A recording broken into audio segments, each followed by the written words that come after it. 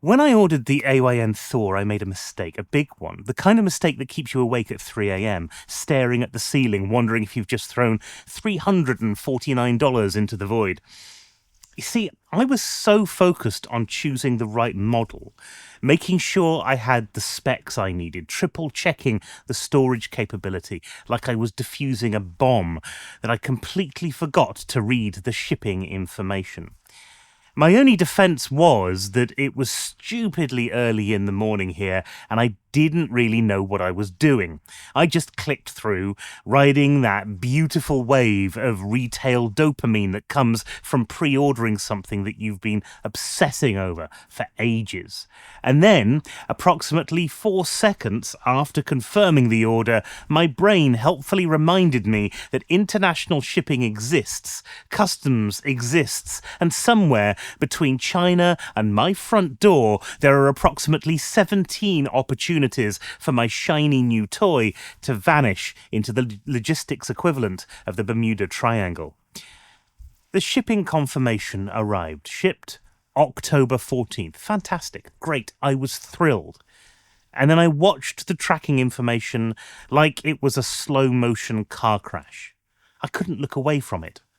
October 14th, dispatched from the warehouse. October 15th, still in China. October 16th, still in China. October 17th, through to the October the 21st, it was still in China.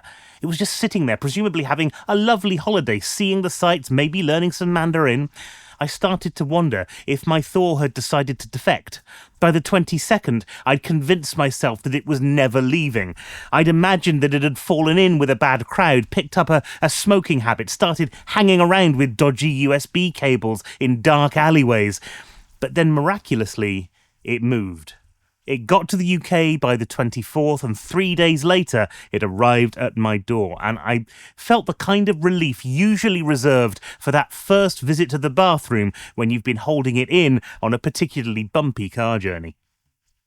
Now, I should mention that I went with 4PX for shipping because, well, let's call it because of past experiences with DHL that I would rather not relive.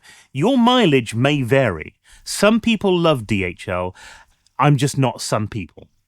And look, I need to be honest here. 4PX shipping has been a real problem for a lot of Thor buyers. I've seen plenty of people in the community dealing with packages stuck in the warehouse for weeks, tracking numbers that don't update for days on end, and delivery times that stretch far beyond what anybody would consider reasonable, even considering that we're shipping stuff from China. These are legitimate issues that many people are facing right now, and it's not AYN's fault. It's just the reality of international shipping, particularly with 4PX being overwhelmed, seemingly, with too many orders. But if you're ordering one of these, you should go in with your eyes open about potential shipping delays. Some people have already said theirs haven't even shipped yet, which probably because there was quite a few orders of them. I got lucky. Mine moved relatively smoothly after that week-long sit in China, but I'm aware that that's not everybody's experience. And if you're somebody who needs their device quickly or gets anxious about tracking information going dark for extended periods, it's worth knowing all of this before you commit. But here's the thing, and this is why I'm telling you this story. Despite my anxiety, despite the week-long layover in China, despite my absolute certainty that I'd somehow managed to pre-order an expensive brick that would never arrived, AYN actually delivered.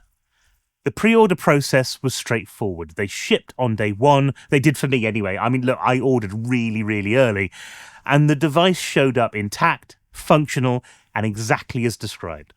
In a world where crowdfunding tech is basically a lottery, where the prize is disappointment, that's worth mentioning.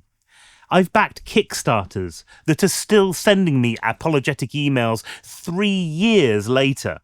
The Thor just arrived like it was supposed to. What a concept.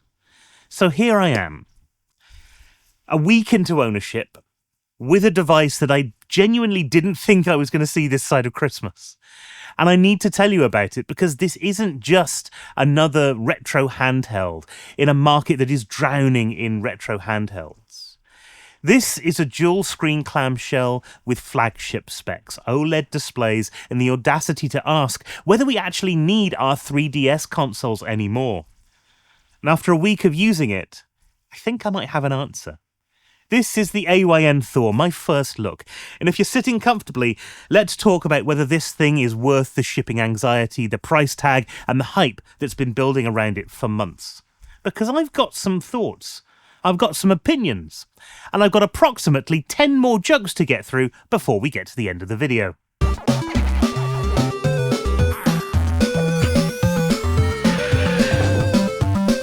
So here it is. Merry Christmas, the AYN Thor. I've been using this for about a week now, and the first thing that hits you when you take it out of the box is just how complete it feels. This isn't one of those budget devices where you're making excuses before you've even turned it on. The weight feels right at 380 grams. It's substantial enough that you know you're holding something, but it's not so heavy that your wrists start filing formal complaint procedures after 20 minutes. It's a clamshell, it's got 2 screens, OLED, and when you open it up, there's this immediate sense of, oh, this is nice. The top screen is 6 inches, the bottom just under 4, and they're both gorgeous, rich colours, deep blacks, the kind of display quality that makes you wonder why you've been putting up with lesser screens for such a long time. The hinge has this lovely resistance to it. It opens with one hand, clicks into 3 fixed positions, and doesn't feel like it's going to snap off if you look at it the wrong way. There's a bit of play there, particularly on the right side, which initially made me nervous, until I remembered what had happened to the Retroid Flip 2 with its tight hinge. This change feels deliberate. It's like they've learned from somebody else's mistakes. The single-sided hinge mechanism has led to some concern about uneven tension and wear over the long term, but AYN claims 20,000 cycles. And you know what? I've probably hit a couple of hundred so far because I can't stop opening and closing this thing. It's like some sort of weird fidget spinner for adults. Whether that'll hold up in the long term, I just cannot tell you. Nobody can. But right now, it feels good. If hinge durability is something that you're worried about, then you might want to consider waiting for 6 months to see what happens to everybody else's units. But everything else here feels solid. When you press on it, whilst it's open, there's no flex, there's no creaking, there's no sense that corners were cut to hit a price point. This is a $300 device that feels like a $300 device, which kind of sounds obvious, until you remember how many handhelds promise premium and then deliver optimistic. The top screen is the weakest point, though. It flexes a little bit when the lid is shut and it's pressed on. It is a worry for something that contains a screen that could break. If any force is put on it, there could be some problems there, and I'm surprised that they didn't at least put some feet at the corners of the device to alleviate this. The glass panel on the controller section looks fantastic when clean. On the black model, it's also a fingerprint magnet on an industrial scale, but I've not found that too much of a problem. You know, I had the same thing with the Portal. Reviewers said that it collected fingerprints, but in everyday use, it just wasn't an issue for me. The same is true here. It's more compact than a Switch OLED when closed, pocketable if you've got reasonably large pockets and a belt to make sure your trousers don't fall down. Now, when you close it up, there has been something that reviewers have been making a fuss about. The gap between the screens. Some people have made this sound like it's a design catastrophe, and it's not. Yes, there's a gap. Keys could get stuck in there, dirt could accumulate, scratches could happen, but it's not actually the disaster that people claim. When you close this device, there's a small lip with rubber pads that stop the screens touching the body directly, which is smart. The gap exists for protection. If you're worried about it, Russ from Retro Game Core, I think he's actually changed his surname to that now. Russ discovered that keeping the packaging foam from between the screens works perfectly as protection when you're carrying it around in a bag or something. There's also an optional grip accessory available as well, which kind of makes the device look like it's grown 2 large testicles. And I'm not exactly comfortable gripping that for extra pleasure. If you've got large hands, it probably will make a difference. It fills out the back, the space. It gives you more natural hand position during longer sessions. But I have one of these things and I'm just not using it. The Thor is comfortable without it for me, though your hands may feel differently about that. And I'm very aware that I may be the exception that proves the rule here.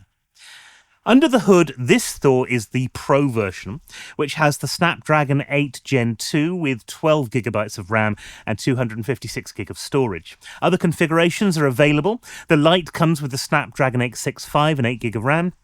The base has the 8 Gen 2 with 8 gig of RAM, and the Max tops out 16 gig of RAM with 1 terabyte of storage. I went into all of this in my first thoughts video when it was announced, so if you're wondering which one to go for, it's actually worth checking that video out. This is flagship level hardware from 2023 and it shows. I've got the AYN Odin 2 Portal, which uses the same chip, so I know what this processor is capable of, and it's a lot. The screens are both AMOLED, the top display 1920 by 1080 at 120 Hz with 650 nits peak brightness. The bottom is 1240 by 1080 at 60 Hz with 550 nits. They are stunning. Vibrant colours, deep blacks, excellent contrast. Retro games look absolutely gorgeous with that rich colour saturation bringing classic pixel art to life. But I'm not actually that big on technical specs. I want you to know what this is actually like to live with. That's what I wanted to make this video for. Before my unit arrived, I'd seen a lot of chatter online about button noise. People were worried that they were going to wake up the dead every time they pressed jump in a platformer. Now, they are clicky, but they're actually a lot quieter than my Portal. If you're currently gaming at night without causing domestic incidents, you'll continue to do so with the Thor, unless you really attack the buttons with a kind of aggression that's usually reserved for people who've just been told that the Wi-Fi is down, in which case you have got much bigger problems. What actually caught me off guard was the size. These buttons are small. Not unusably small by any stretch of the imagination, but definitely smaller than I was expecting. We're talking 7.9mm face buttons, 19.7mm D-pad. For context, most comparable devices kind of sit around the 21mm mark for the D-pad, which doesn't sound like much, but you really can feel the difference. The first time I picked this up, there was that moment of, oh, they're quite dinky, aren't they? They work beautifully, though. The D-pad is responsive, precise, perfect for retro games. The face buttons have that premium, tactile feel. That small doesn't mean bad, it just means small. But I do suppose that this could be adding to some people's sense that the controls feel cramped in their hands. The community is actually split on overall comfort. Some people find it cramped. I don't. I find it very, very comfortable to hold, even during longer sessions. The layout works for me, but I can't speak for anybody else. If you've struggled with the original 3DS or the Flip 2 because of your hand size, this isn't going to solve that problem for you. The triggers have become another bone of contention. For me, they're just about acceptable. I'm finding them mostly comfortable. They're responsive. The analog triggers, they've got a nice progressive pull. And I've been gaming for hours without issue. However, everyone has said that the design is a little bit flawed here and that they really should have been rounded for a bit of extra comfort. And you know what? They're not wrong. I can absolutely see how somebody with larger hands or who holds the unit slightly differently to me could find their fingers catching against that sharp edge. It's not sharp enough to cut you, it's not that sharp at all, but it could become uncomfortable, especially over time. The square design, the positioning, this isn't going to work for everybody. Ergonomics are very personal, and what fits my hands might not be right for yours. There's also been talk of heat. Now, this does get warm on the right-hand side of the bottom screen when you're pushing it hard for several hours. But it's never uncomfortable. It's just warm enough to remind you that there's a Snapdragon 8 Gen 2 in there doing actual work. Those hours of gaming bring me to battery life, which had people worried. There's this assumption that 2 OLED screens must equal terrible battery life. But that's not actually how it works. This has the same Snapdragon 8 Gen 2 and battery capacity as the Retroid 6, and nobody has mentioned battery life on that at all. Everybody's really excited about it. What's important to remember here is that the bottom screen doesn't draw significant power when it's on. It draws power, but it's not going to drain your battery that much. I've not really felt the need to worry about game times or battery life. It just kind of fits into my day without issue. Turn it off when you're not using it, and any concerns about extra battery drain will go away, as much as they would have done on the RP6 anyway. Now, I haven't done exhaustive testing because this is a first look, not a PhD, but the doom predictions do seem to be completely overblown. I've spent most of that battery life on DS emulation, which is really what this device is built for. Melon DS is your main option for DS games right now. It works not perfectly, it's got a few quirks, but it's functional for most games. Some people have called it unstable, a disaster, and it just hasn't been my experience. It does have stability issues, but I've been able to do the odd hour or two in Mario Kart, and I've just started Chrono Trigger, and everything's run perfectly. I've only had one crash so far in all of that time. The alternative, of course, is drastic, but that hasn't been touched for ages. There's an issue with the touch functionality on the second screen. Luckily, there is a fork, and I want to credit I'm going to get this wrong, Matt Zissou, I think, who was on the AYN Discord for finding this. And this adds the functionality for the external display, making the games play like they should. I'm testing it out now. Touch works, which is huge, but there are scaling issues with the bottom screen because it doesn't quite fit into the screen constraints properly. And I saw some video ghosting in Mario Kart. It's not perfect. It's not plug in and play, but it exists, and it's an option. I need to do a lot more testing with this before I can give you a definitive answer, but it's worth knowing about. So I'll have a link to it in the description below. Now, I know some of you will have heard that OLED burn-in is appearing on these units very quickly, and I wanted to address that directly. Here is my experience. I haven't seen burn-in or any retention in everyday use, and I have been looking for it. It just doesn't seem to be there. I've had static menus up. I've played games with HUDs. Nothing, no ghosting, no retention, nothing. Nothing that you wouldn't have expected anyway, maybe a couple of seconds here and there, but it's gone and it's what you would expect from an OLED. Look, burn-in is real. It can occur with prolonged static content at high brightnesses. But this panic seems to be based on isolated cases, possibly a bad batch, and it isn't burn-in at this early stage anyway. That really needs hours of static content on screen to make it happen. Use reasonable brightness, don't leave static screens up for hours, turn off the second screen when you're not using it, the standard OLED care, the same as you do with a phone, and you shouldn't have a problem. There could be some dodgy units out there. That's always a possibility. But this really isn't something that you should be panicking about on this particular issue. I've also heard several people saying that the software is janky, that it's half-baked, but it's a mess. But it's not what I'm seeing at all. Now look, I don't use their game launcher at all.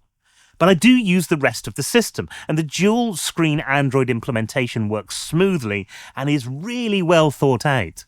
You can control your brightness, your audio for each screen independently. You can switch performance modes, adjust RGB lighting on the sticks, and monitor system stats all from one place. It feels polished in a way that actually really surprised me, because you've seen some of these things before and they don't quite feel as polished. Even the fans run quietly under load, and you can set it to smart mode and pretty much just forget about the fan completely. Using this for a week has really made me think about what the Thor is actually replacing in my setup. Original DS and 3DS hardware is aging now, and sometimes aging badly. The custom firmware scene is showing its age too. Screens are dim and low res. A decent new 3DS XL costs between $250 and $350. This Thor cost me $349. So for similar money, you're getting modern hardware here with OLED displays, save states, cheats, ROM hacks, and multi-system capability. For most games, this replaces that aging Nintendo hardware entirely. People always bring up the 3D feature, but here's the thing. Most people I know turned it off anyway. It worked well in a handful of games, but it was a gimmick, and it also gave headaches to kids across the globe. For the vast majority of the 3DS library, you're getting a better experience here with a higher resolution, better screen, and modern features. The same is true of NDS titles. You're also getting Switch, PS2, GameCube, Wii U, although Wii U is actually rather janky right now, and I'm not sure most of the dual screen games are actually worth playing anyway. I have had a few problems with this unit though, and it's worth mentioning. For some reason, certain games don't seem to like the controller. Captain Toad and DuckTales seemingly couldn't recognise the controller on the GameCube on Dolphin. This is odd because Super Mario 3D World could and plays it perfectly. And yet they all play well on the Portal with exactly the same setup. Now, this doesn't appear to be a hardware problem, as the on-screen controls were also not working. And I also had the same problem with the Rocky Horror Show game, which is a tiny little game on the Switch. But other stuff is running perfectly well. Why this is an issue, I have absolutely no idea. It's probably the jankiness of early adoption. Early adoption. That's what I've done. I've adopted early. I've stolen a small child from Africa. But look, it's not like those games aren't available in other places anyway, and that's actually where I've got them from. But that's really the only problem that hasn't been down to user error and setting things up at stupid o'clock in the morning. This is a first look. This is a first look. It's not meant to be a comprehensive review. I can't speak to long-term hinge durability. I need more time with emulators. I haven't done exhaustive battery testing. Screen burning takes months, if not years, to assess properly. After a week with this device, though, I am really excited about it. When you're playing DS and 3DS games with proper dual-screen separation on glorious OLED displays, upscaled and enhanced, it feels special. This is the experience that I wanted when I got the 2DS XL earlier in the year, and it's an experience that it just could not give me. It's also incredible for Game Hub so far. I've played Stray, Hollow Knight, Silksong, the Rocky Horror Show, which worked perfectly, by the way, at that time. I'll be doing follow-up videos for this because I want to look at long-term durability, deeper emulation testing, and whether my enthusiasm holds up for this device. But right now, the AYN Thor has impressed me. It's not perfect, no device is, but it's very good at what it does. And what it does is bring dual-screen gaming into 2025 with modern hardware and enough power to make it sing. If you'd like to see those follow-up videos, please hit that subscribe button, and I would love to hear your thoughts in the comments below. Does the dual-screen gaming thing appeal to you, and what questions would you like answered? I'm more than happy to test stuff for you if I think it's a good idea, so let me know about that as well. But until next time, that's it for this video. Thanks ever so much for hopping on board the goat-powered chariot and into my retro corner. Until next time, see you then. Goodbye and happy gaming.